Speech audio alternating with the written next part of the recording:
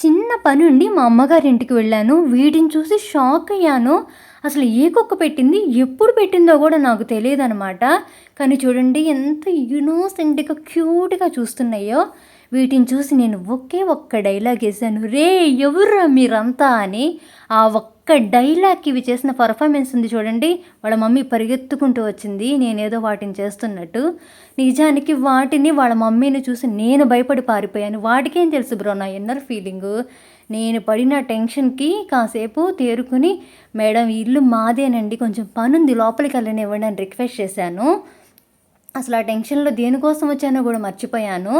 తర్వాత ఓకే. మా అమ్మ మా డ్యాడీ ఫోటో తీసుకురమ్మంది కదా అని చెప్పి గుర్తు చేసుకొని ఫోటో అయితే తీసుకున్నాను. ఈ మంత్ మా డ్యాడీ డెత్ యానివర్సరీ ఉంది. దానికోసం మా అమ్మ ఫోటో తీసుకురమ్మని నన్ను పంపించింది. ఇంట్లో అంతకుముందు మా మమ్మీ ఉండేవాళ్ళనమాట. ప్రెజెంట్ మా అమ్మగారు వేరే చోట ఉంటున్నారు.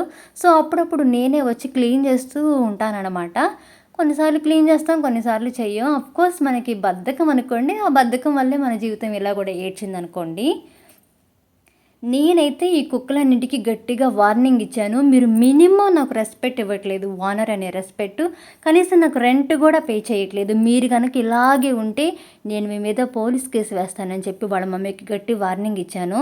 తర్వాత వాళ్ళ మమ్మీ ఏమనుకుందో మొత్తం అందరూ కలిసి చెట్టు కింద మీటింగ్ పెట్టారు. ఫ్యామిలీ మీటింగ్ పెట్టుకొని, సరే ఓనర్ అమ్మగారికి మనం అప్పుడప్పుడు రెస్పెక్ట్ ఇద్దాం. మిగిలిన టైం అంతా మనమే ఎంజాయ్ చేద్దాం అనుకుంది.